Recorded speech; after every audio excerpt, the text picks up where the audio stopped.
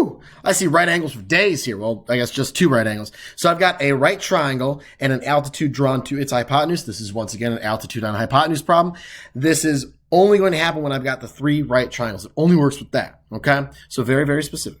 So my setup here, I've got CB, the whole thing is 20, and then I've got CD is 6, and then I want to find AD. So we're going to call ADX. All right.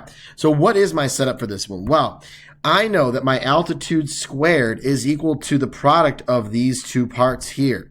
All right, so I need to find what that other part is. Well, if I did 20 minus 6, I'd get 14 here. Since the whole length is 20, I subtract 6, I get the other part. Now I can set up the altitude squared is equal to the product of the 2 segments that it creates, right, when it splits it.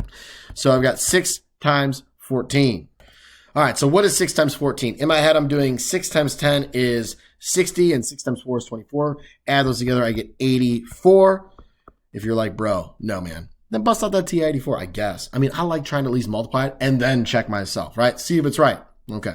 Now I need a square root on both sides.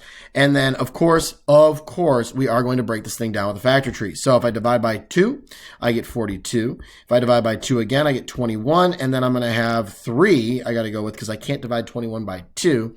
And I'll get 7. So my pairs, I've only got one pair, which is 2. And then square root of 21 because I got to multiply the 3 and the 7 back together. There we go. All right. And again, when we're solving with square roots, you do have the plus or minus, but because this is a length, we are omitting the negative, and it's just 2 root 21.